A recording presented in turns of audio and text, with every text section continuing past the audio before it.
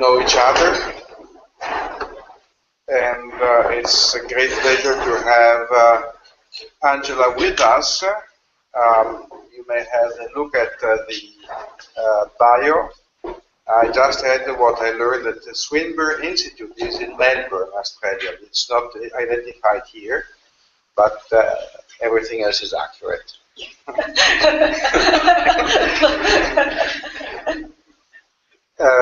So, around the table there are... I'm Federico Morando. I'm the Director of Research here at the Nexus Center. I am Antonio Rasso, engineer Polytechnical, consultant and manager. Carlo Tuso, I'm a sub-research fellow here at the Nexus Center. Bianco, I'm a law graduate. Anche come te, I'm not a law graduate and finished LLM in intellectual property here. I'm Giuseppe Mattia, and I'm the communication manager at the Nexus Center. I'm Raimondo Yemma, Managing Director and PhD student. Marco Ricolfi, podcast. Okay. Welcome. Thank you very much. And it's broadcast live, right? Yes, that's a microphone, and that's a camera. Okay. So people who want to listen to this webcast, they may. Okay. Well, thanks very much for having me. And sorry, I'm not doing this in Italian. I can speak Italian, but it's going to be too difficult to do this presentation and talk about the concepts in Italian. And also, maybe people are tuning into this from elsewhere in the world as well.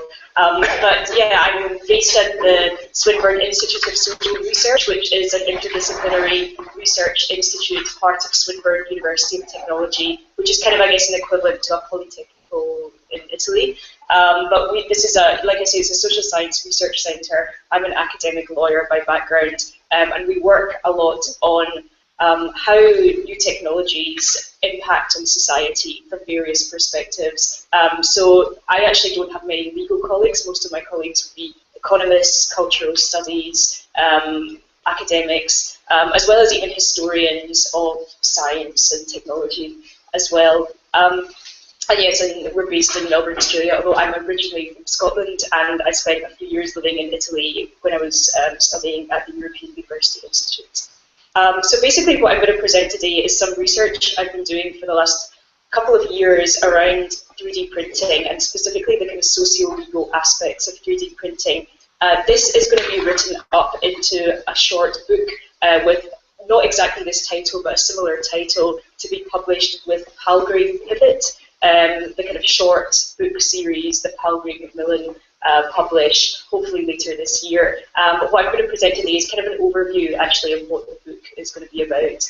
And also if people have questions in English or Italian during the presentation, please feel free to stop me and ask, particularly if something isn't particularly clear. And I'll also try not to speak too quickly because I have a bad habit of speaking really fast.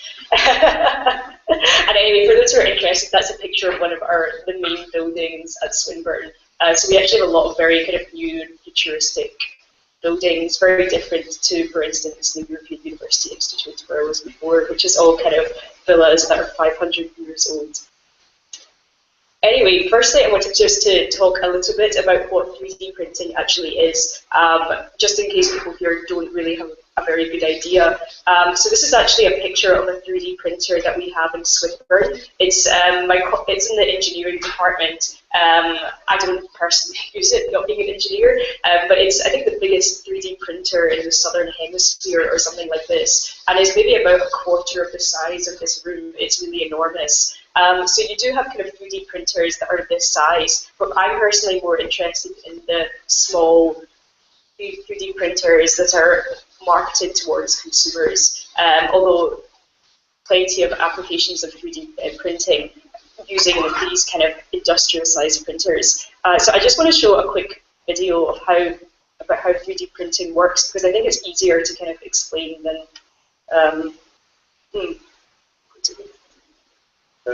Yes. Okay.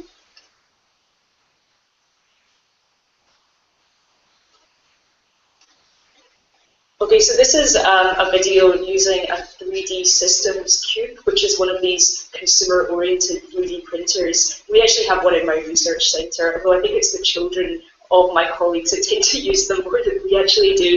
So how it works is that it heats up a filament of plastic using that kind of nozzle that you just saw there, and deposits the plastic layer upon layer on this little panel at the bottom of the 3D printer. And it does so in accordance with this computer-aided design file that it works with to produce the final object. Now, this printer seems to be working fairly well. One of the problems with these kind of cheap-ish consumer-oriented printers is there's a lot of mistakes. They're not kind of perfect.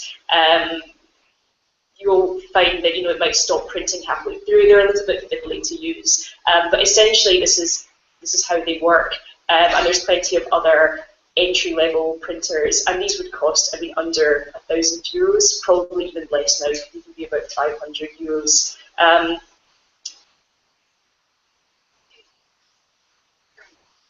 So I hope you have a kind of relatively good idea of how that works just now. Okay, so just before I kind of start talking about the legal aspects, this is something of an overview of what the 3D printing industry or the ecology of 3D printing looks like. And this slide is a little bit Australian oriented, as I'll explain in a minute. But I think the same could be said of what's going on in Italy, what's going on in the UK for sure. So firstly, you have the people actually manufacturing the 3D printers themselves, and you have on the one hand the professional or commercial equipment manufacturers such as 3D Systems that made that printer that we just saw in the video, and the other major company making 3D printers is called Stratasys, and they recently bought MakerBot. So that M sign on the left is actually the trademark or one of the symbols of MakerBot, which is another very popular consumer-oriented printer. Interestingly as well, though, you also have what I call kind of amateur or non-commercial equipment manufacturers. I'm not sure if you really call them manufacturers as such, but projects, let's say, the most famous of which is the RepRap, which is a project founded in 2007 by Dr. Adrian Bowyer, who is a senior lecturer in mechanical engineering at the University of Bath in England. And so the idea around RepRap is it's an initiative to develop a 3D printer which could then reprint most of its own components and therefore kind of replicate itself. And the RepRap project releases all of the designs that it produces under the GNU General Public License in accordance with free software principles, although obviously it's not quite software. And so the term kind of open or free hardware has actually been coined to describe what goes on in the RepRap project. But similarly to kind of free software initiatives, designers can modify RepRap designs, essentially so long as they share their creations back with the rest of the community. And it's kind of interesting to see what the RepRaps actually look like. I think I thought maybe I didn't, because they actually look pretty different to the kind of more commercial 3D printers.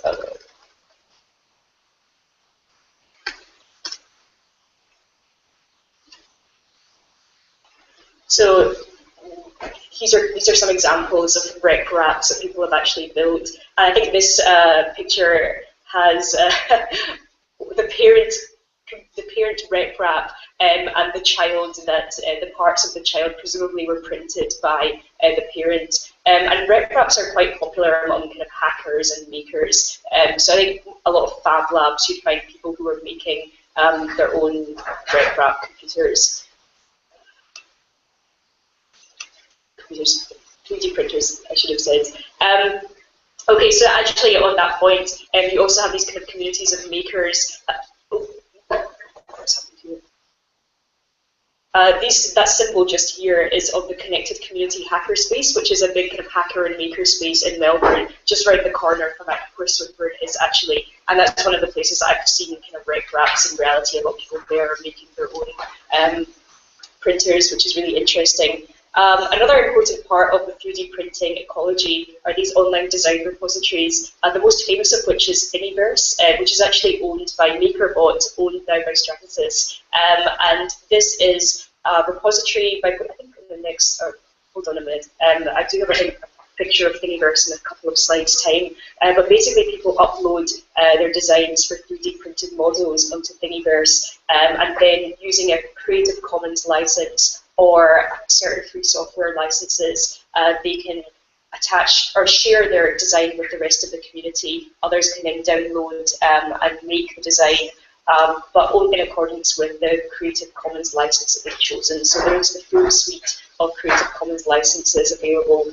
to people wanting to use Thingiverse. And like I said, I think it's probably the most popular and the biggest repository.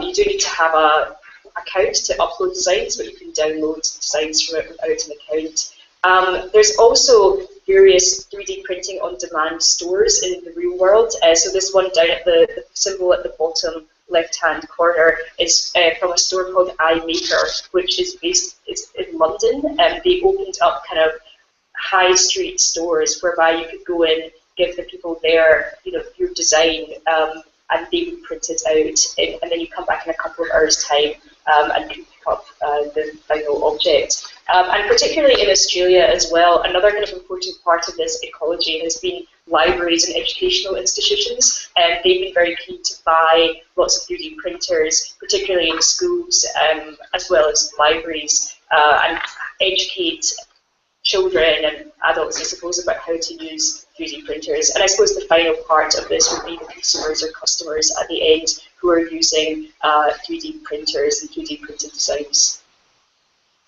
So I'm turning now to the kind of more legalistic aspects of 3D printing.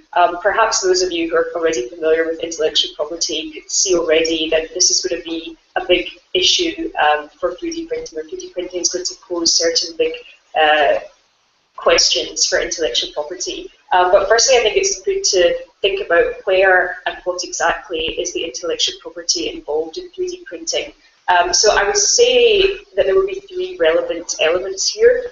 Firstly, the computer-aided design file, which you can kind of see in the background of that picture. It's not a complete picture, but there's the file itself and the code within the file and the design within the file. Then, of course, there's the printed object, which is the thing in the foreground. It's presumably the printed object from that file. There may be certain elements of intellectual property as well as kind of real or tangible property involved in that object. And of course, as well, the online repositories such as Thingiverse, where people upload these computer-aided design files and download them as well. So when it comes to intellectual property, I mean, copyright would seem to be a big area interacting with 3D printing.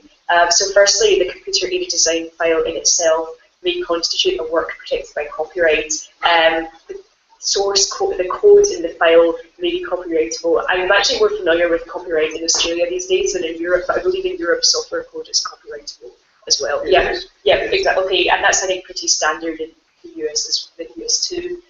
So that part of the file may constitute a work protected by copyright. Also, the kind of design itself, or the artistic design, may be protected by copyright too, and in certain circumstances, the printed object may be protected by copyright, although there's not such a simple, really straightforward relationship between physical objects and copyright, particularly if there's no kind of aesthetic value to the physical object. However, perhaps unlike circumstances that we may be more familiar with in the online world, where copyright is really the kind of most prominent area of intellectual property, with file sharing and all the problems around kind of infringement and piracy and so on. Actually, with 3D printing, other areas of intellectual property are implicated too. Patents being one obvious area, particularly if there's something kind of inventive, if one of these 3D printed files kind of constitutes an invention capable of being patented, and patents may be implicated too. Design rights may be another area, and also trademarks, particularly if a trademark is somehow incorporated into the design or into the final object. So it actually really depends very much on it's hard to kind of give general rules at the moment. What intellectual property will apply depends a lot on precisely what it is going to be printed or what is contained in the design file. So as I kind of already alluded to, and given that sharing files is a really important part of kind of how 3D printing is progressing, or the ecology around 3D printing, there's already been lots of issues around kind of 3D printing, file sharing and intellectual property. And yet similar issues to digitized content distribution are emerging already with these online repositories. So that is a screenshot from Thingiverse, as I promised earlier. That's kind of the front page anyway, and myself and some colleagues in Australia and a colleague from Finland, we wrote kind of a paper looking at Thingiverse and intellectual property, particularly copyright issues around the sharing of files on Thingiverse so far, which there's a link to that, and I think it was circulated as well beforehand, which we kind of explore this in a bit more depth.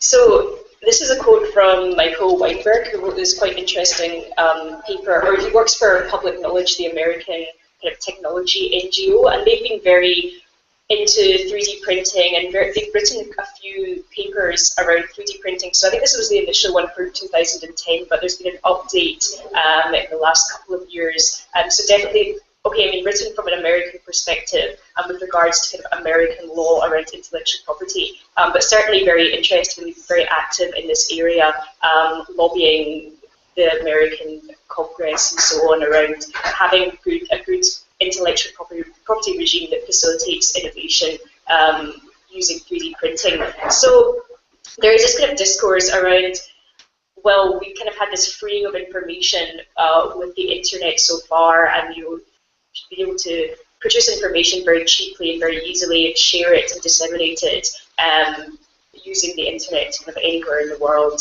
and so on. So there is this discourse around 3D printing kind of opening up something similar for the creation of physical objects as well as intangible objects, or at least you have the information can be disseminated in the form of design files via Thingiverse and other sharing sites and repositories, and also with the kind of low cost, or at least low for people in developed countries, but with the low cost of a 3D printer, arguably it's very easy to make anything that you can find a design file from, or make a design file yourself and then print it out. I don't think this is entirely accurate. I mean, at least given, firstly, the state of play of the technology, or what's available easily to consumers. As I said before, the printers are okay, but they're not amazing. And also, for a lot of us in developed countries anyway, it will only really be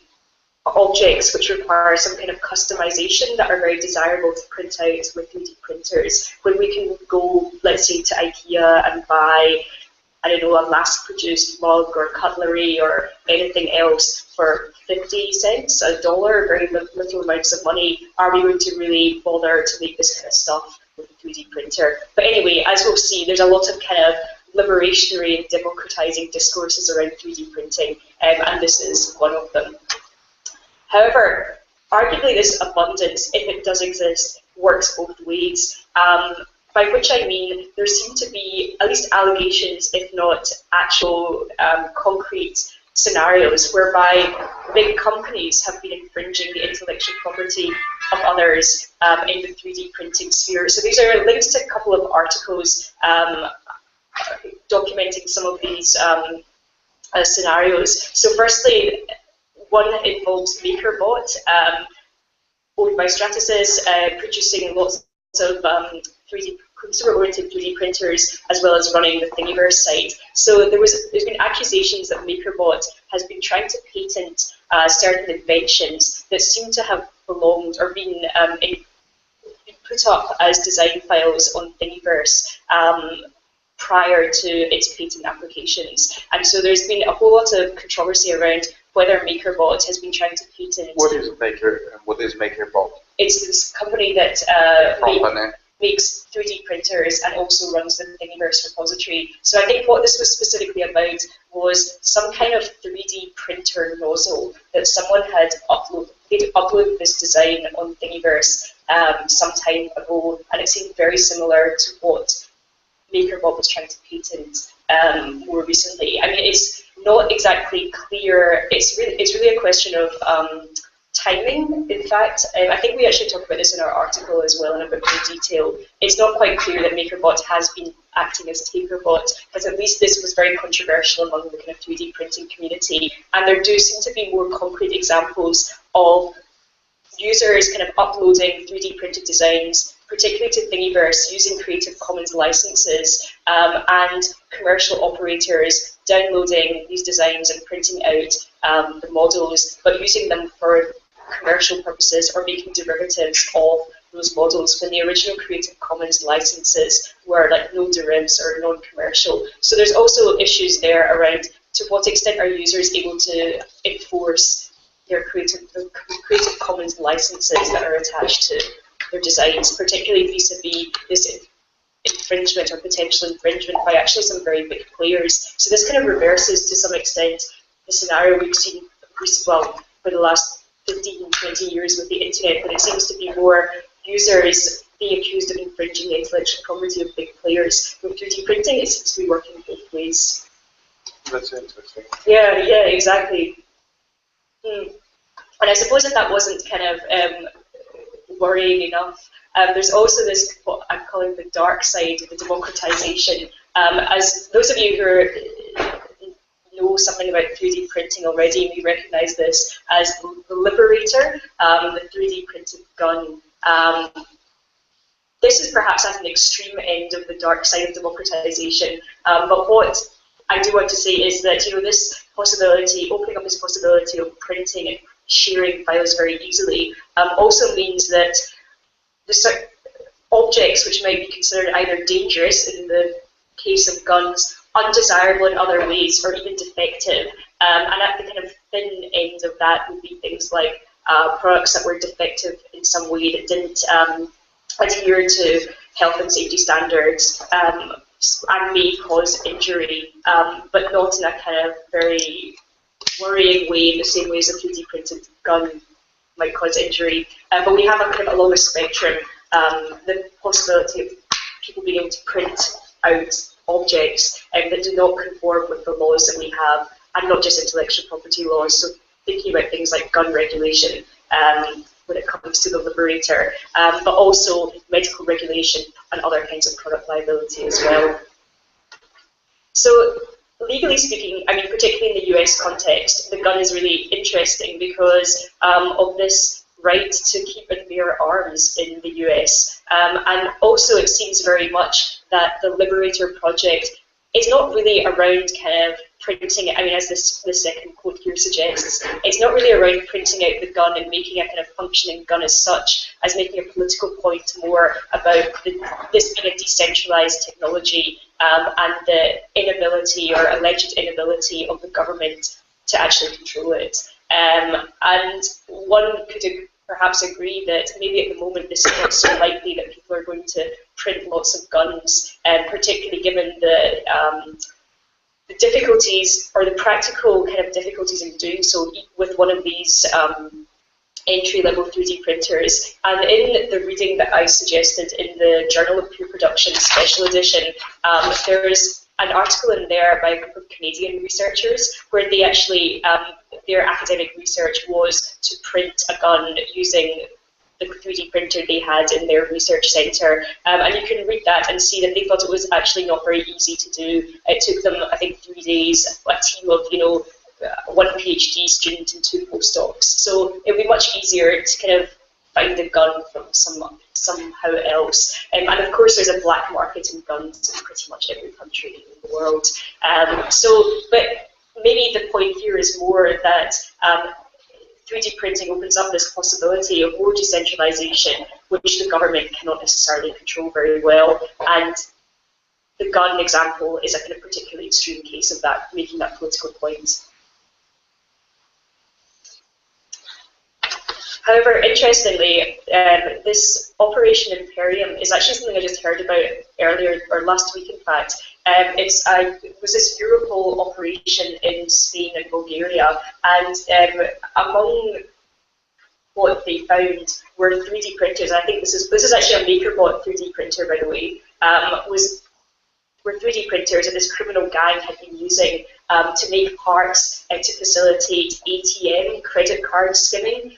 So they were printing out parts that could be attached to an ATM and could skim the card, basically. As well as, and they found the usual kind of stuff, guns and lots of money and all the rest of it. But that does kind of seem to suggest that perhaps while the Liberators is kind of more political project, organised crime as well is using 3D printing.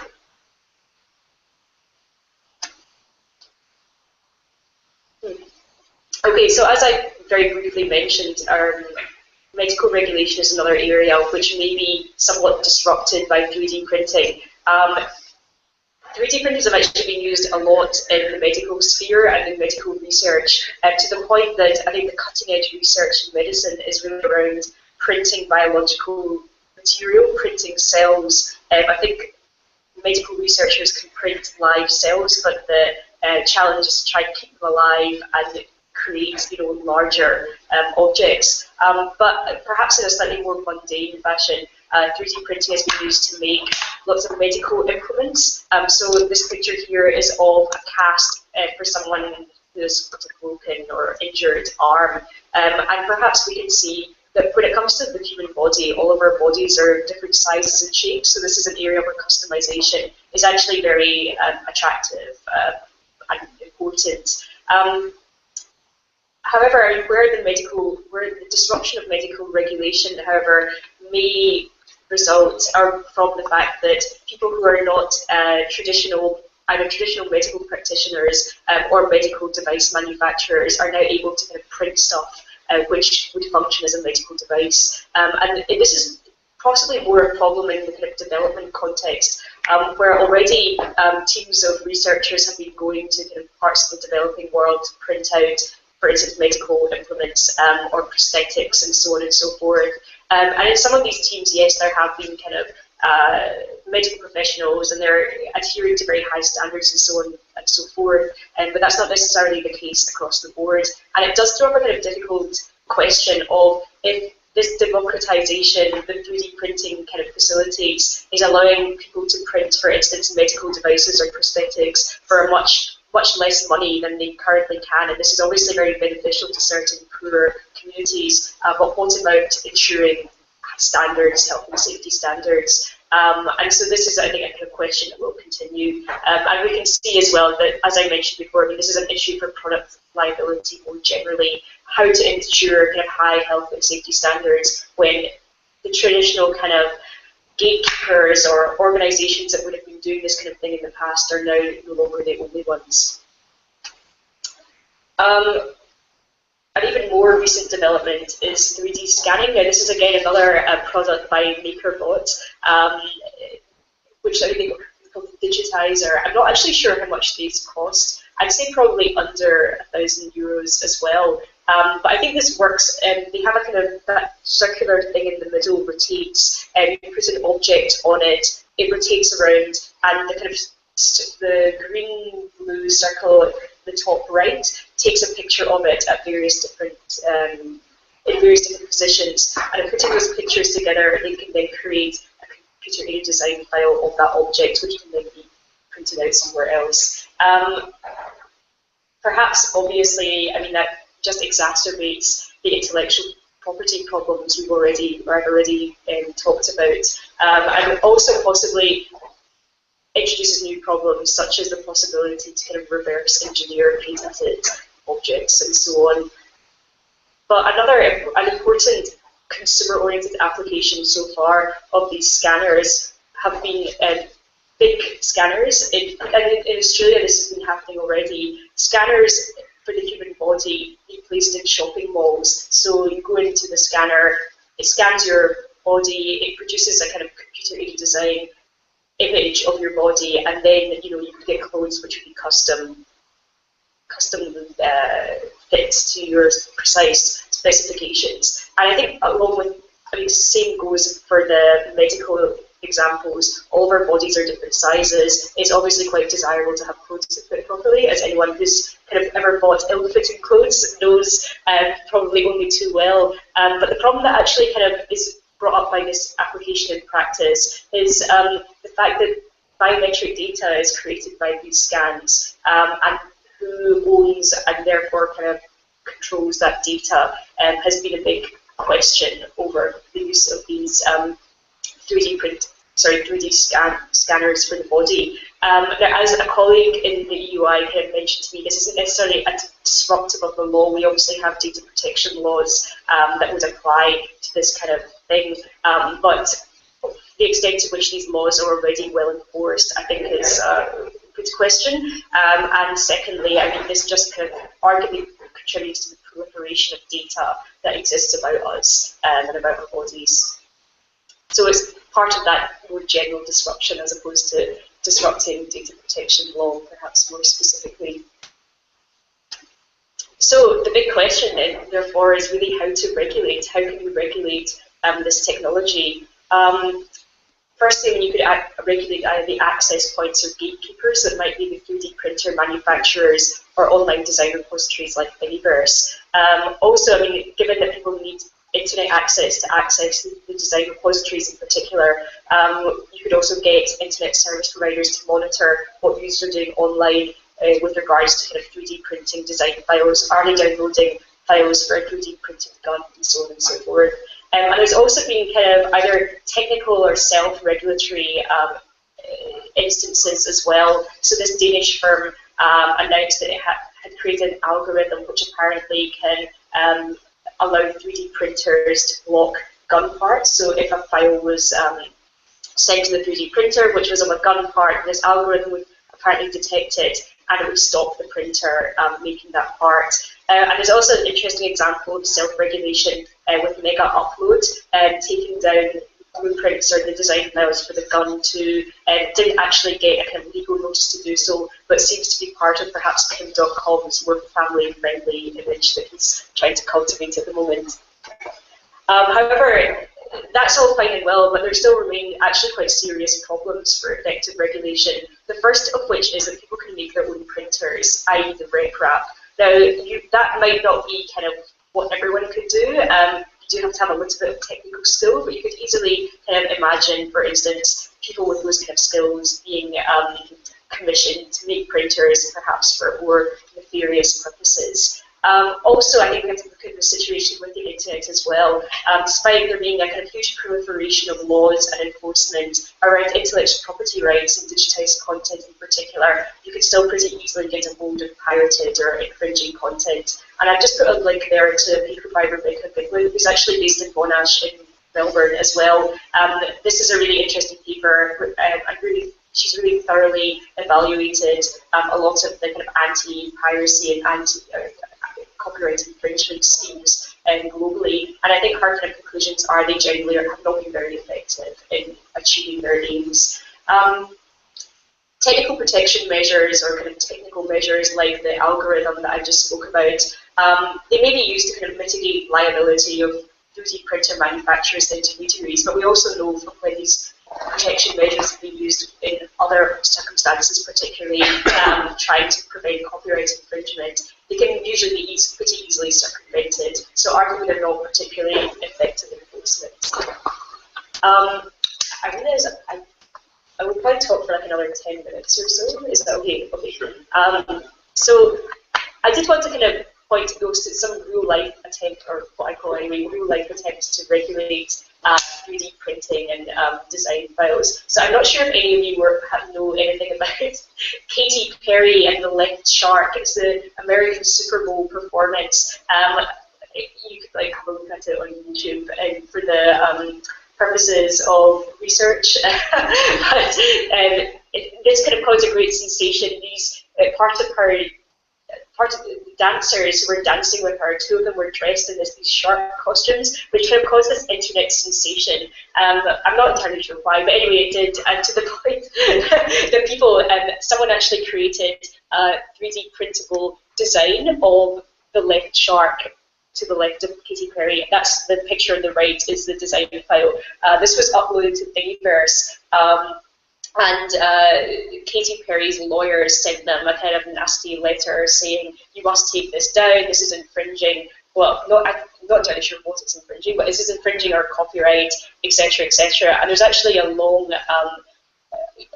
as in even over the last few weeks, there's been a lot of going to and fro between Katy Perry's lawyers and the designer of this design, who actually, I think, managed to get this Columbia law professor to help him out with the copyright claims, because it's actually not very clear what intellectual property, if any, exists in the left shark. And interesting though, this is he's kind of fighting, the designer is kind of fighting this, and has got this law professor involved as well, because actually there's been plenty of other examples of particularly Thingiverse receiving Digital Millennium Copyright Act takedown notices relating to files that are contained in Thingiverse. But it's not actually clear in many of these circumstances that, firstly, any copyright, as opposed to other kinds of intellectual property rights, have subsisted in the files. There may, in these other kind of circumstances, for instance, Warhammer, the game, there was certain files that seemed to kind of correspond to Warhammer figurines that were uploaded to Thingiverse, but they weren't actually kind of exactly the same. They were more, let's say, fan art inspired by the kind of figurines over which there is kind of various kinds of intellectual property asserted. And Thingiverse actually did take those down, even though it wasn't entirely clear that there had been infringement of Warhammer's copyright.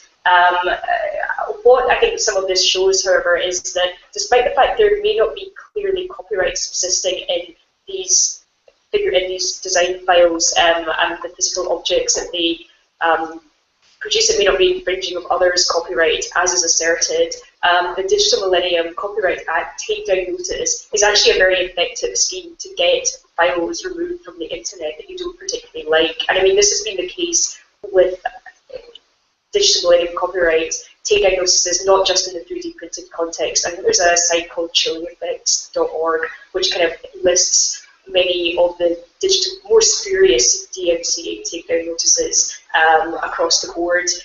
So even if perhaps in some of these other claims, and not necessarily the left shark, there may have been trademarks protection, or even some kind of trade dress or passing off issues. I'm not entirely sure what passing off is in the top.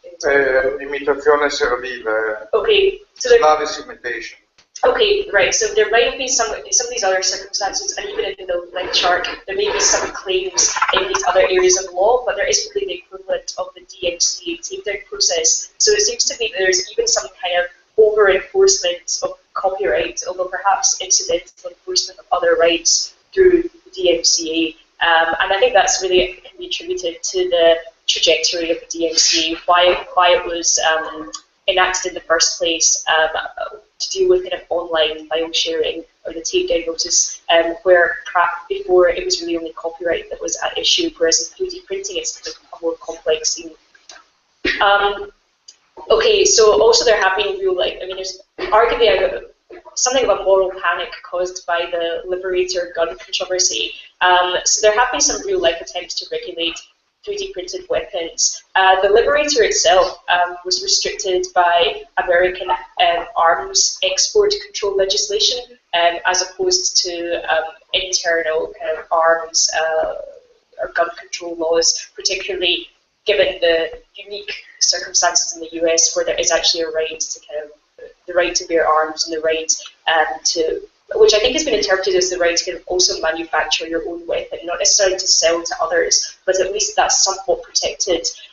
Interestingly, in Australia, there's been a lot of discussion around whether more legislation is needed to restrict 3D printed guns, design files, and so on. And a bill was introduced in Queensland. Australia is a federal system, so different states are actually different jurisdictions. But I don't think anything kind of came of that in the end. But this photo on the right is actually from a raid that the Queensland police carried out only a few weeks ago, where they found a whole lot of, well, what they thought anyway was 3D printed parts for weapons in the context of this raid. But interestingly, this was a raid around for the purposes of drugs enforcement, not necessarily 3D printed to deal with 3D printed guns. So I think the issue of detection is still very much a problem, because in Australia, as I'm sure in Italy and a whole lot of other jurisdictions, there are already laws around restricting the manufacturer's supply of guns. It's more an issue. We don't necessarily need more laws, but the issue is more how can these laws be enforced. The Lemley piece that I suggested is an interesting one, particularly at the end when he kind of talks more generally about 3D printing and what the implications of that for more than just intellectual property. So I already flagged the problems that 3D printing may cause in terms of product liability more generally. And his kind of solution, which might be particularly tied to the American example as well, is to kind of increase the social safety net, given the circumstances there around, well, less availability, arguably, of public health care than in Europe anyway, and in Australia as well. So this might be a kind of solution if these defective and dangerous products are being made and are being disseminated more widely. Maybe we actually kind of just need to deal with the consequences better, or the state needs to kind of step in and do this. But I don't think this is a particularly good solution, because actually, arguably, areas of law like product liability are designed to kind of stop people getting injured in the first place, and just increasing the social safety net won't necessarily do this. It will deal with it will address the consequences of unsafe products, but it won't stop them kind of being manufactured and disseminated in the first place. I'll just kind of conclude. The next few slides are slightly more kind of high level, some kind of high level conclusions, and particularly regarding the literature that I suggested as reading as well. So certainly in the Lemley piece, I mean, it's called IP in a World Without Scarcity. So he does talk a lot about whether 3D printing is kind of facilitating this post-scarcity environment. And again, I mean, the Weidenberger piece too discusses or whether there's this kind of abundance now, or democratization.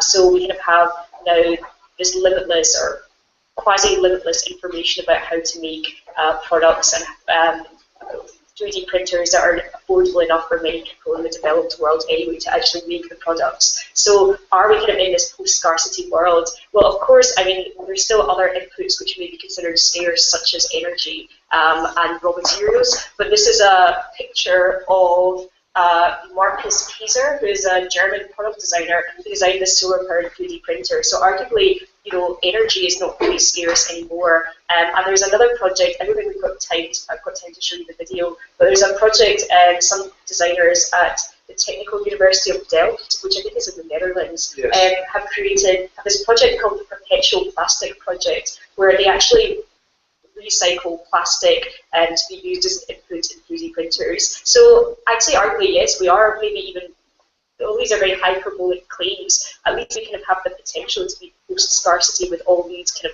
with these various developments. The final piece that I did suggest is reading this piece from Gabriel Michael, Anarchy and Property Rights in the Virtual World.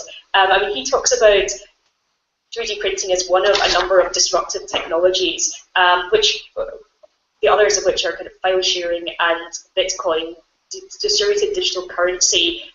He thinks that these developments have severely undermined the regulatory capacity of the state, while resulting in an anarchic environment where actors' behaviour is determined primarily by factors other than legislation or governmental control.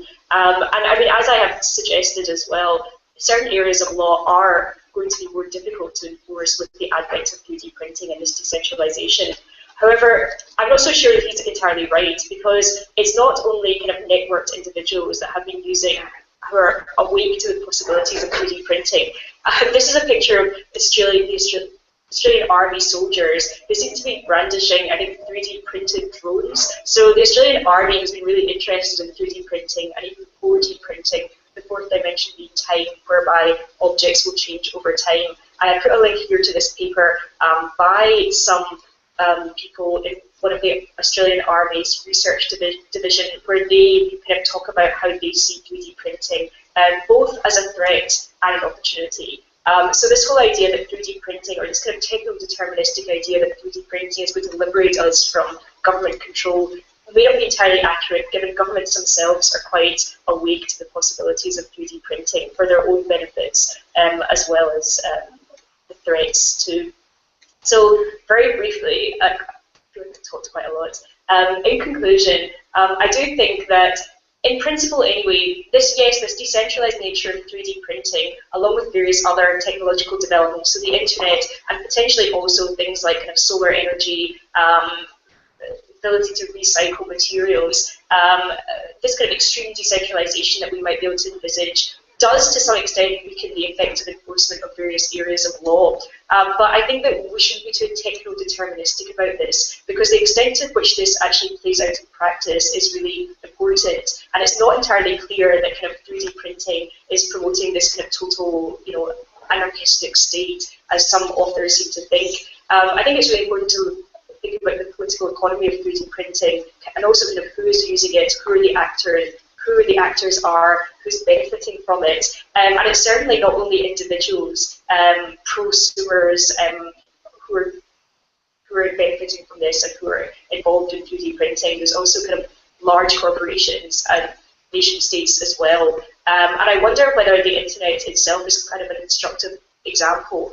So you could see with the internet, perhaps, particularly in terms of intellectual property, but also in other areas, such as kind of attempts to root around censorship, Tor, and so on. There isn't kind of total effective control of the internet by nation states or corporations for that matter, but there isn't a state of total anarchy either. So I wonder whether 3D printing will actually end up going along those lines too. Thank you.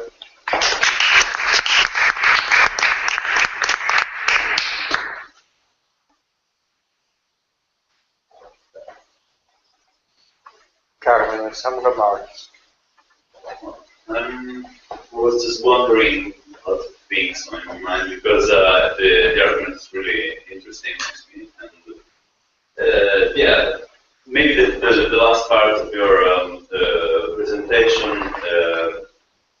was a bit not well.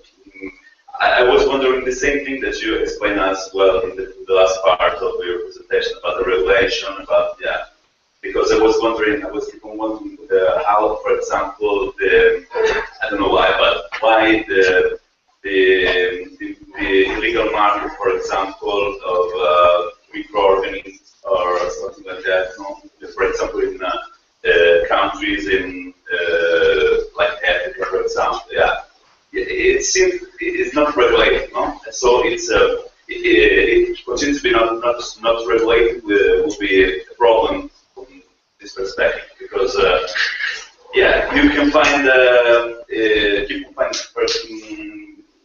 don't know, particularly items that you really need at lower prices, no? So it's something that's it's a black market, something that, so maybe a bit of regulation is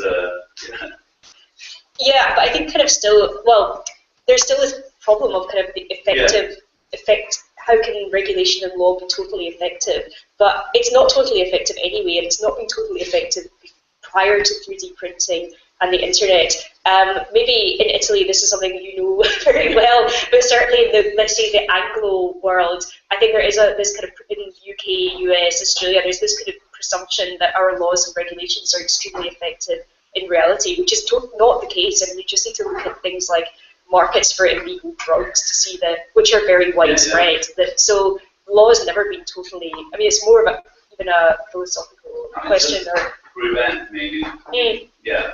And I suppose I didn't quite say this at the end, but I also see 3D printing going along the lines of the internet in this respect as well. That kind of, for many users, it will be a very safe experience. So if you buy a 3D printer from one of the big manufacturers and you use Thingiverse, for instance, rather than some kind of like Pirate Bay Physicals, which is a really less regulated site for 3D printed design files. So if you use kind of the mainstream will be probably relatively well regulated.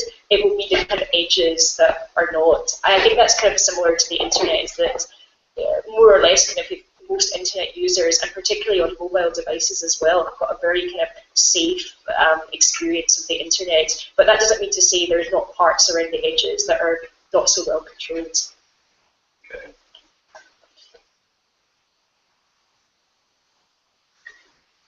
And one remark is more about bibliography than merits.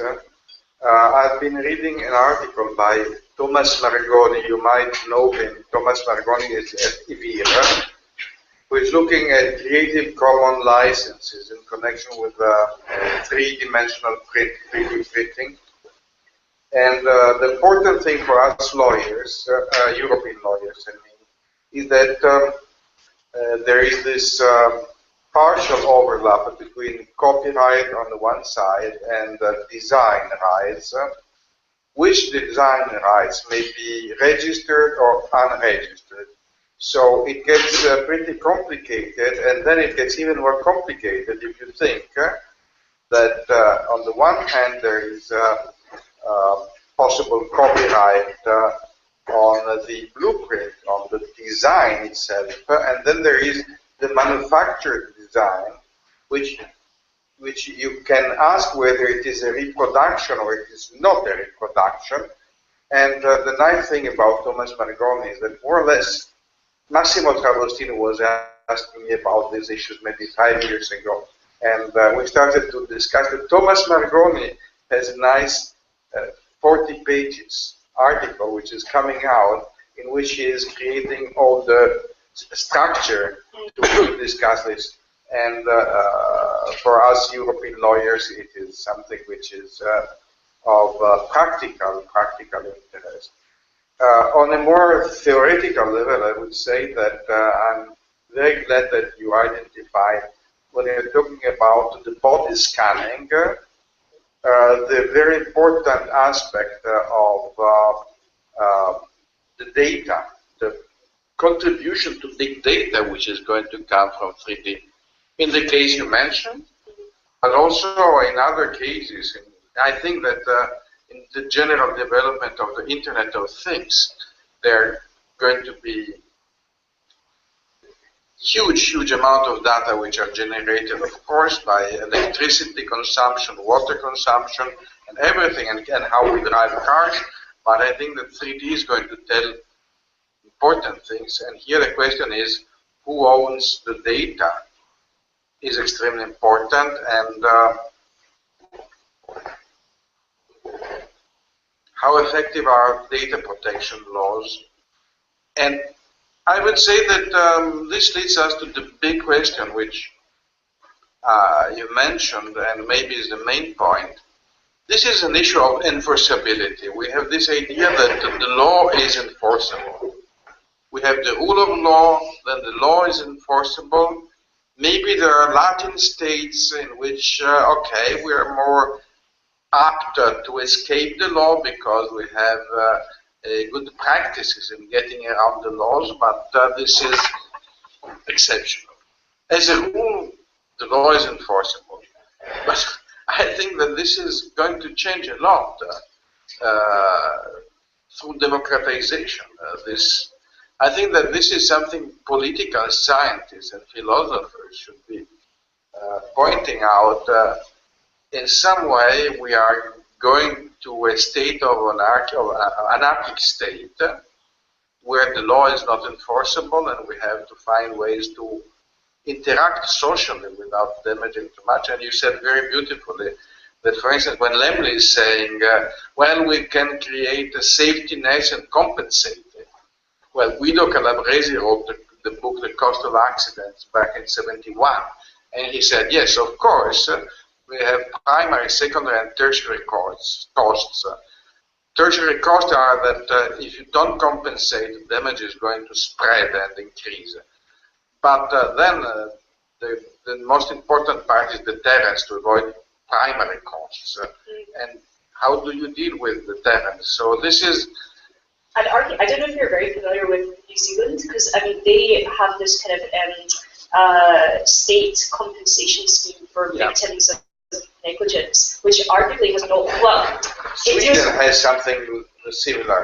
There's certainly. I mean, anecdotally, people don't seem to think that this has done anything. It's actually arguably worsened the situation that people, companies in particular, are not taking precautions because they know that they're not going to be liable. Yeah, deterrence is not effective.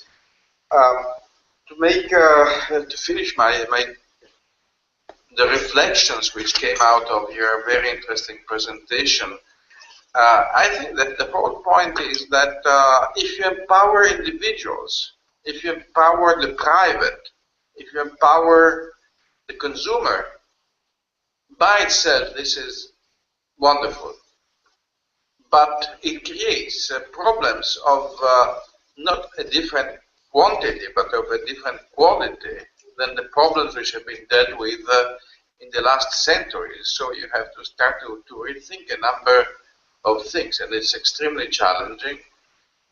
If we academics, I think, should take up the challenge this way. Well, we're talking about the law not being able to cope. So maybe we should think that the law is just one tool. So there are social norms, there is economics, there is technology.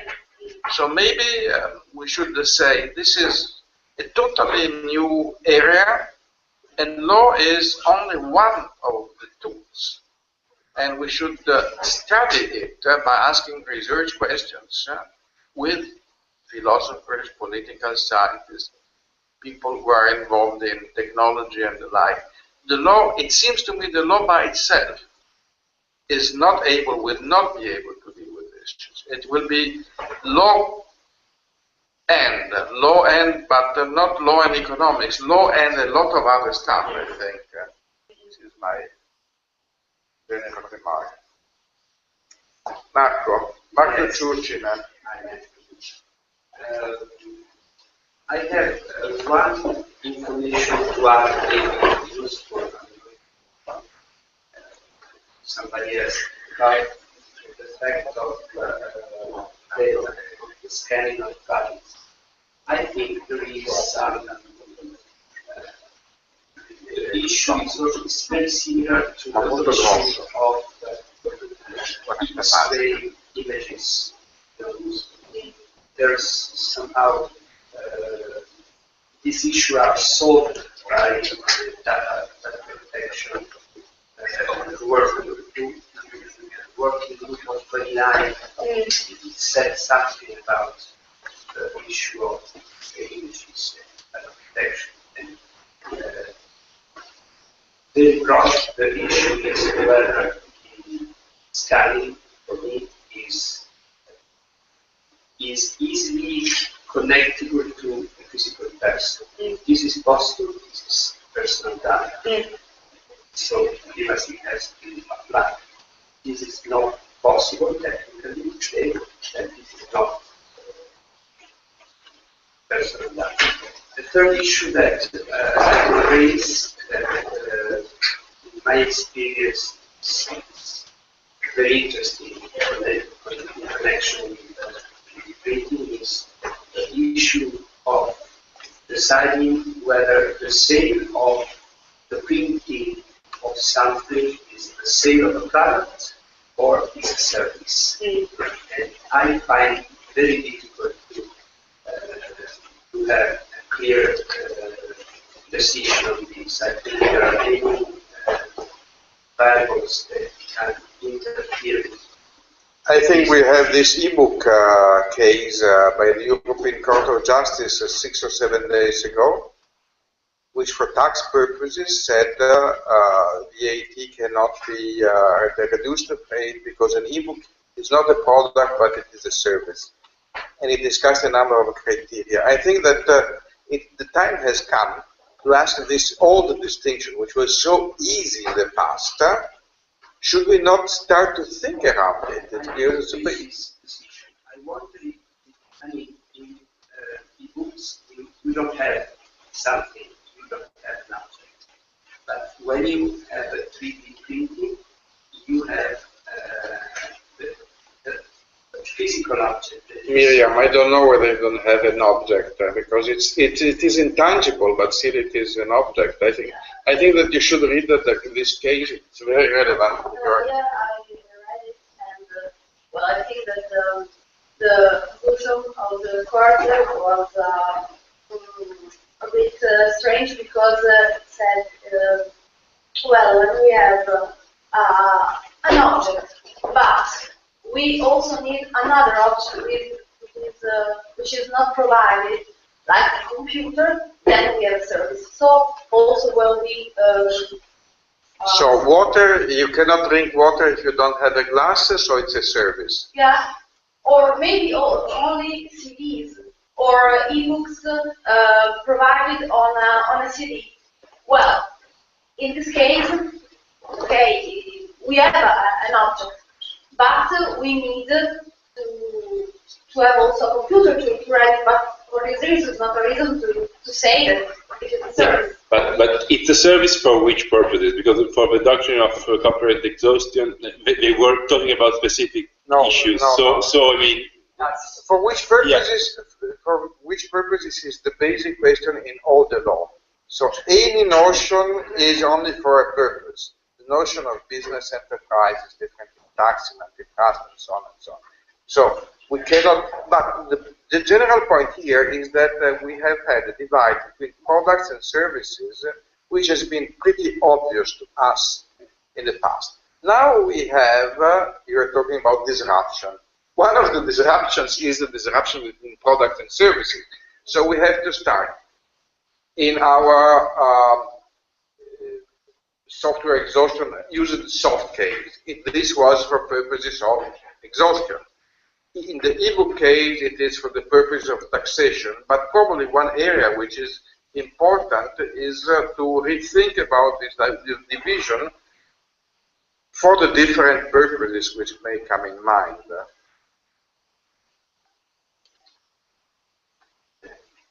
I think about the consumer law, where you have liability of the producer in case of product. Yeah. But also freedom to provide the services is different from freedom of movement of goods. Which one is a service and which one is a good? They are not identical, but you have to rethink a number of things. And thanks, because that isn't something that I really thought about as applying to. Excuse me? I had not really thought about this 3D printing as being disruptive of the product services distinction, but I think you're right, to some extent. To a certain extent, yes. Yeah.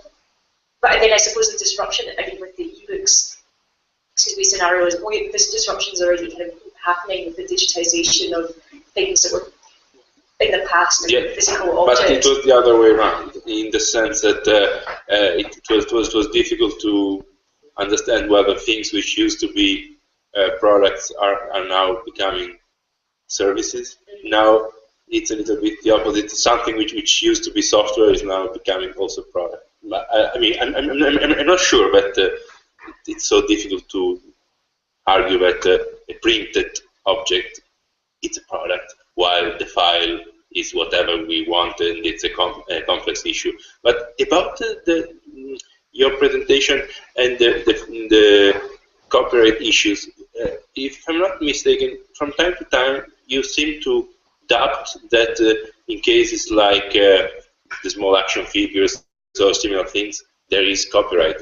I don't know, maybe I'm mistaken, but it seems to me so obvious that there is, that I'm wondering why you seem to doubt that there could be copyright protection. I think I wasn't very clear about this. I meant more that these are not necessarily infringing the copyright of someone else.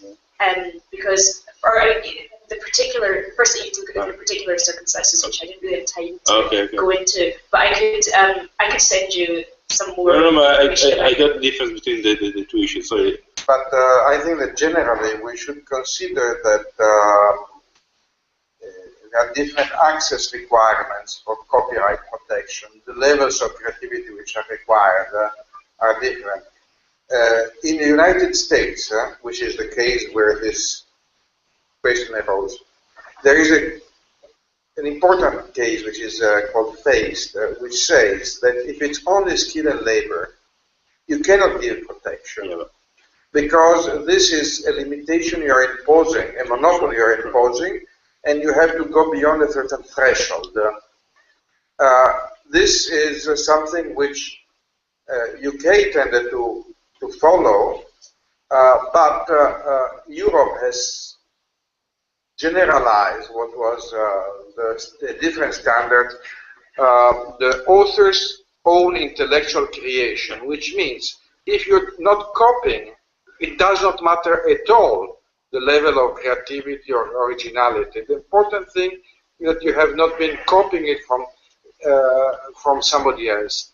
Even the small compositions or designs made by children, 3, 4, 5, 6 years children, are protected in our legal system. In the United States, it would be different. Yeah, but let's see. I'm aware of this, but I don't see how it could apply to issues like the shark costume. To me, it looks clearly creative. You may not like it. Then the issue maybe is whether making a copy for private purposes, printing it. I think it's kind of.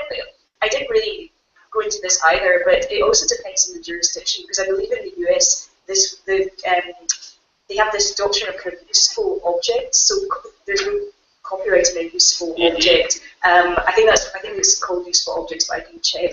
And even fashion, so clothes are considered to be useful objects, not the initial design, but the actual item itself.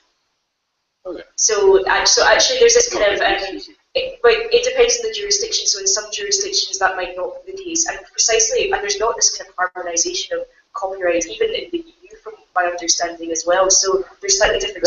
There have been, to make a long story short, there have been 11 directives, but it is not harmonized. Exactly. And so precisely what can be copyrighted and the exceptions to copyright infringement are different in each jurisdiction. Well, there's some similarities. But no, there is a closed list, but every member state can say, I like these 3, I like the other 8, and so on. So we can choose it. So in the end, the list is the same, but the items taken from the list are different in one country from the other. Okay. But and certainly there's no harmonization globally, so there's like different standards of what can be copyrighted and what constitutes an infringement and the exceptions. To a point, because there is the Berne Convention, and then the Berne Convention is incorporated by reference by TRIPS. Yeah, sure. Article 9. But even things like the fair use exception in the US is very different to like fair dealing and likely infringing the Berne Convention incidentally. But nobody says so because it's the US. If it was Cambodia, it would infringe the Berne Convention. Come on. If I may stop the usual legal conversation, so it includes also the non-lawyers, the few non-lawyers present. I was asking, while I was listening to the presentation, I was thinking about posing the usual question that I try to ask every time that we deal with the digital revolution, which is what is really different, what is truly new, what is staying essentially the same, even though the new guys, what is actually new.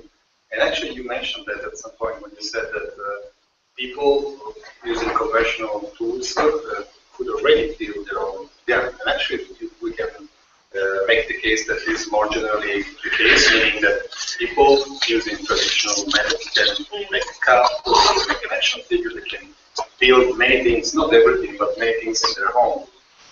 So what is really changing here? Not so much the capability of individuals of creating objects, which has been with us since ever, but perhaps the fact that there is a commodification of the process, meaning that I can buy a 3D printer and I don't need any special skills. I just need a 3D printer. If I can retrieve a file from somewhere and I have the proper material, I can build many different sorts of objects. While in the traditional analog world, I have to have some skills to make a cup, and I maybe need a broader range of tools if I want to make different tools. So it makes it easier, more commodified, and I'm sure that So the scale may change. It may end up that everyone could have a 3D printer and be able to do that. But is this change in scale also a truly fundamental change with respect to the previous situation? And the answer, just posing, because there was a nice plug in your presentation to address this problem. So what is really new? Because also, and then after the fifth time, I will give the word to Marco. He's asking for it. But also in the past, I could have books describing very precisely how to make this gap, giving the instructions on all the how to do literature. Or to do literature. Or, yeah. So also that was software. A precise description in mathematical terms of this gap. It was the equivalent of a 3D printer software. So what is really new? I think you answered much of your own question already. I think it's the convenience, or what they kind of term democratization. I don't quite know if that's true, but anyway, you don't. Yeah, you have to have a lot of skill. You have to have the skill to kind of put on the 3D printer, get the file, cite the file. It's a lot more, arguably quicker to make more complex objects, cheaper as well, because 3D printing is used a lot in prototyping. And it's a much kind of, so I'm told from product designers, it's a much kind of quicker and cheaper and easier way of making a prototype than before, but that isn't necessarily that useful to a lot of the average consumer is not going to use a 3D printer for these kind of things. So possibly the industrial applications are more revolutionary than the kind of consumer-oriented ones. I think technically speaking though, I mean, you can use 3D printers to make very complex objects that would be very difficult to make conventionally. That would be the kind of technical advance, or what could not be done before. But it's more, I guess, about kind of speeding up the process, making it easier, cheaper, and so on. So rather than a different, when people say no, everybody can make something and they stop there, they're missing an important part, which are adverbs, meaning more speedily, more cheaply, more complex objects. So it's a different degree, which can become an important difference in itself. But people could also make objects. And perhaps it's more like the personal computer revolution rather than the computer revolution. Yeah. Yeah.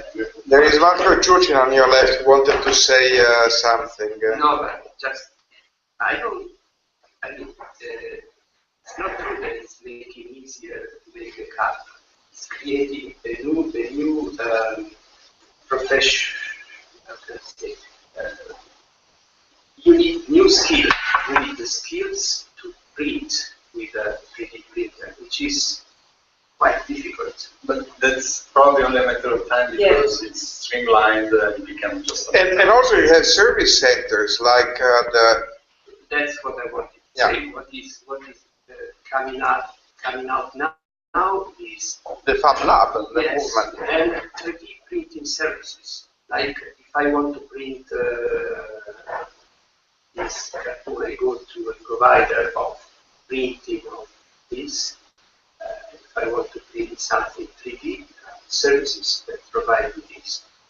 So I don't know. Democratizing, I don't know. I just think that it's useful to pay attention to not be. It's just kind of mediatic hype, but it's not democratized now. You have a professional skill that allows you to make many different things, but it's not. Marco, but there is an important difference. I had litigation concerning the Lego bricks.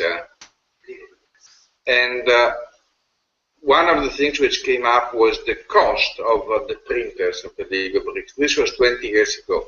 We're talking about millions in terms of euros. They told me it's a small machine, but it's extremely expensive. The democratization is in the $500 or $1,000 he was talking about. Then you're looking at the other thing, which is not the machine, but the skill. Maybe the skill is not yet democratized. But the Lego bricks was millions of euros or billions of lira at the time, and now it's 1,000. This is one of the two components, I think. Yes, it is. Yes, not difficult. Don't have my daughter. But I guess you're really right to some extent. It's not a full democratization like some of the kind of 3D printer evangelists like to talk about. So I think we have to be a bit skeptical about how this is playing out in reality and what the barriers are to people printing absolutely everything. And the barriers still remain things like skill. The functionality of the cheap machines is not, they mostly use plastic. If you wanted something printed in metal, you'd have to go to one of these kind of shops who would have a machine that would be a lot more expensive. But I think you're right to say that we could see, what's going to happen is that these machines will become cheaper and maybe more easy to use. And so how will that kind of play out? And arguably even things like tablets and smartphones are more easy to use than computers, but we have less control over them in a technical sense too. So that, which is arguably not democratizing. So I think how it will play out in the next 10, 50 years will be very interesting. And I suppose that's why I said at the end, you have to look at who are the actors involved. So nation states are really interested in 3D printing from the kind of core perspective, but also lots of big companies are interested in the kind of capitalist consumer perspective to sell stuff to people. So how it's not going to be kind of this, in my opinion anyway, this kind of totally anarchic democratizing technology completely by itself. It will depend on these other currents in society, even if the technology gets to the point that it's so easy to use. Yeah, and also we have a specific example, because one of the first technologies that became widespread was printing. Yeah. Laser printers now, they're incredibly cheap and you can print almost anything you want. So we already have everything, the software, and yet we, for some reason, in the pages in the store, we never did the step of really making widely available binding machines. So right now, all of us can print 200 pages if we want to, but for the binding is still somewhat less straightforward. And therefore, we will see widespread books produced just simply in our sitting room. Even though it's simple. It is surprising. Yes, it is surprising. It has been available for 20 years. Yeah. Some people even try to create a business model of making these available to private people, but it has never worked. Not much, at least.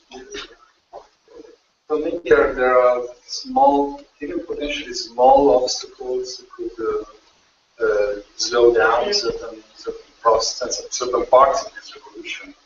It's definitely not going to be automatically that everybody will do everything. Yeah.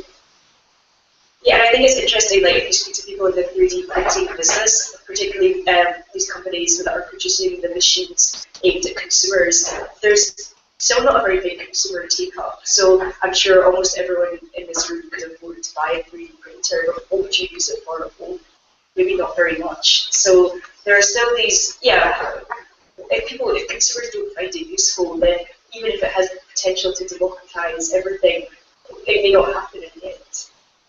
Well, this has to do with the take-up of the PC. I think it was not immediate. I could figure out that this is going to change not in the next decades, but in the next years. I can imagine that in a house, you may at some point have people having a 3D printer and using it, and that it gets, we don't know yet. Yeah. Now, I'm also thinking that one of the I'm thinking about the Industrial Revolution in the 19th century in England, and also the mass production of all identical objects produced for the arts and crafts reaction, which was discovering the artistic and individualistic way of producing goods. But in that case, besides making individual objects as an artisan, there was also stress on quality. So the quality of the artisan was superior to the mass-produced industrial. In the case of 3D printing, it's actually still the truth. It's the opposite is true in the sense that what is printed with a 3D printer right now is usually very cheap, actually. Usually because we produce cheap plastic. So I wonder whether 3D printing at some point can also be used for doing something which is perceived and is actually is of a higher level of quality compared to the industrial version.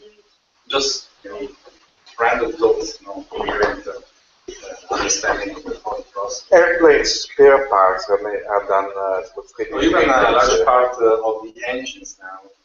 So the potential is there. The potential is there. For the quality, yes, but probably are the huge high quality 3D printers. It is just that the process of accretion adding instead of taking away. Yes, and also the cost of the raw material is not trivial. So if you want to use really good material, then maybe it becomes so expensive that you don't print it yourself. You just buy it confederationally. But the big advantage is that if you can 3D print, you don't have to store because you don't have to invest money in the material, in the process, as you need and you plan to need. You have the 3D printing which is going on. So this is not. If I may, maybe you stressed. I mean, because also the literature in general stresses this part about democratization, even though it says don't like the term, but the part about fast prototyping and empowering of artisans using new tools, producing new things more quickly and so on. Today is probably the most revolutionary part in terms of concrete consequences, in the sense that I may create a prototype of something that in the past I couldn't really create. I couldn't show somebody else a demo of my robotic arm because I didn't have the technology to be precise enough in assembling some parts, or it would have been too slow if handmade, while now I can do that, or with several techniques used by artisans. If somewhere in the process you have an object which is 3D printed, you could achieve new artistic results in which the 3D printing is not the final output. You can couple these technologies with this laser cutting and things like this. So in a way, today, if we talk about 3D printing, we are within this broader ecosystem of makers, and it's not just a matter of 3D printing. Yeah, it's kind of outside of my own research, but I do know that I think some colleagues actually at Swinburne have done some research around kind of hackers and makers and how, socially or culturally speaking, people are doing both these. I mean, 3D printing is being used as one tool among various other tools to make stuff, and also kind of quite interesting from a kind of cultural perspective. Lots of people, even from a more kind of artisanal background, are participating in, in these hacker or maker spaces where they might not be using 3D printing themselves, but it's one of the technologies available. So there's kind of very traditional methods and very new methods, I guess. And it's more, maybe, this is kind of happening in Australia anyway, I don't know about other parts of the world, but it's kind of an interesting cultural phenomenon, I guess, that 3D printing is being used by people who maybe are kind of doing woodwork or in the same place that somebody would be making something in a very artistic fashion, who will be using 3D printers as well. Is there any relationship with your dissertation, with mine again? How come you deal with this issue? Is it related to the other one you've been working on? Parts are, particularly I suppose my conclusions at the end are quite related, because I come from a bit of internet regulation background. Not specifically competition, but internet kind of regulation more generally. And you can see that with 3D printing there are definitely some similarities in how these regulatory debates or socio-legal debates around regulation are going. Given that kind of there's not a big, well, there arguably are some kind of competition issues in 3D printing, although it's not really a central part of my work with these this duopoly of Stratasys and 3D Systems, the two globally speaking major 3D printing firms who are buying up lots of, I mean, it's not really related exactly to this presentation, but despite the fact 3D printing may seem something kind of very new and a very emerging industry, it's actually kind of getting to a point of maturity whereby you can have these two big vertically integrated companies that have been merging and acquiring lots of other companies. But that is not a very kind of completed composition. This is interesting. How is the market of 3D printers of the machine itself? What kind of market you have? We have few players, we're saying. Well, they're kind of consolidating. So I mean, there's still kind of some smaller, probably quite a few smaller players and some kind of niche players as well. But also there's a kind of backstory around the intellectual property that I didn't really get into around kind of who owns patents over various kind of inventive processes that make up 3D printer machines. And 3D printing has been around since the 1980s, and arguably it's actually some of those patents which held up the democratization or the availability of 3D printing. They lapsed in the meantime. Yeah, they've lapsed in the meantime. Yes. It took off when the key patents expired. Yeah, exactly. Yeah. And for instance, I think, at least until a few years ago, there was still a patent concerning printing essentially within a case. So some of the cheap printers are completely open, not because it's very, I mean, it's also because it's easier to tinker if it's open, but it's also because I think there is still a patent on printing within an environment which is closed, in which you can control the temperature. So as for many patents, there are also stupid ones, like trivial stuff which is patented. So some solutions are not implemented because they are still patented. Some other are implemented also by cheap players. And there's even been almost a kind of beginning of patent wars in 3D printing as well. That I think it was Stratasys, or one of either Stratasys or 3D Systems has been involved in a kind of ongoing legal case with a startup provider of a particular kind of type of 3D printing technology, which hitherto had not been available at a kind of cheap consumer level, and this startup kind of made a 3D printer which implementing something very similar to this technique which had been patented, and the patent was owned by one of the two big players. And I think that they may have come to a settlement finally, but there is, you could see that who owns patents to the inventive processes is very powerful in the 3D printer world. And several of these patents are software patents. And actually, the mini maker fair in Torino last year, in June, and actually there's going to be again another one organized by the Fab Lab and by Arduino Labs.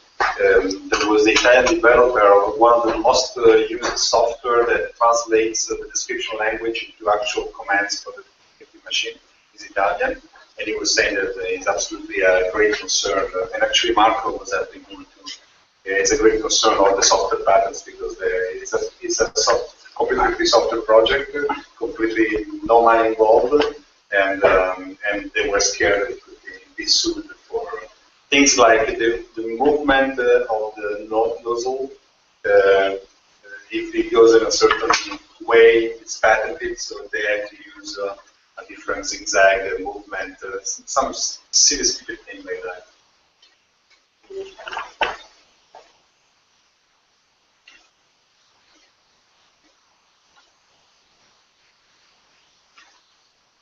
I was thinking about weapons. They can be identified like with a series number when they are produced through a 3D printer. Can we introduce a weapon to an arm to a person, to the person who printed it, or to a 3D printer?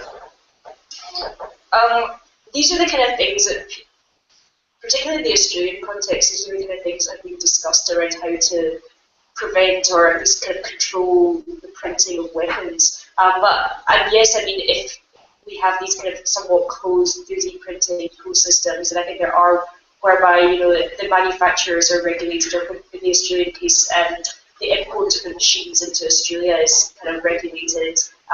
But the problem still remains from before then, so you can make your own printer or kind of try and hack if there's some kind of digital or technical protection measure which is trying to prevent this file being printed. Then with enough kind of knowledge you could hack that and therefore print. I guess it's yes, these things, I mean, and we also, I presume in Italy, certainly in most of Europe or all of Europe and other parts of the developed world, there are very strict kind of laws and regulation already around weapons and gun control.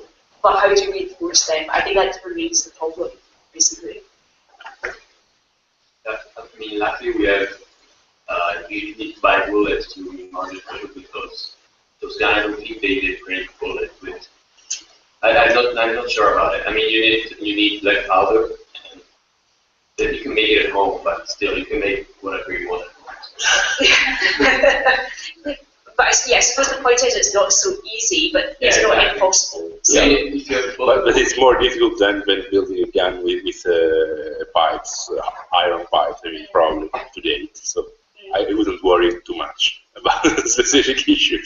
And talking about the identification of printers, one of the very early stories of privacy in the personal computing world, could be late 80s or early 90s, was that apparently the big producers of printers back then, and I'm sure even today, HP and the others, actually they had invisible code to what is printed, so that law enforcement can take anything printed like this and actually go back to a specific serial number of a printer and then have the investigation of the serial number of the shop.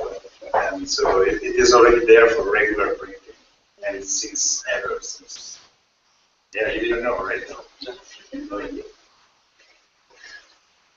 So it's still useful to cut newspapers for anonymous letters. If it's small enough for that. But sooner or later, buying a newspaper will be a suspicious move. So you are identified because you bought the newspaper. Let's think for another law. Yeah, because was one of the first scandals. Back then, when people really got offended for this kind of stuff. You should have 3 printers or printers to be printed on 3 machines. So to avoid that. Well, we have already, so that's the point about enforceability, is that if people can print or make their own machines, then how can you enforce? You can't just regulate the printing manufacturers. That will not be 100% effective enforcement of whatever you want. So is Windburn is going to be your main topic of research?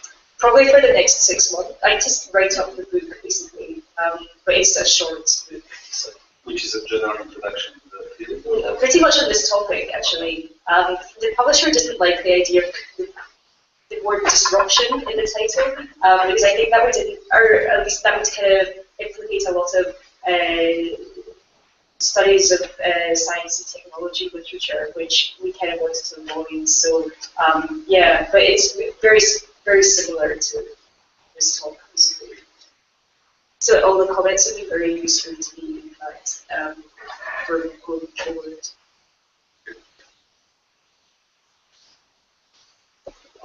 Any other comment?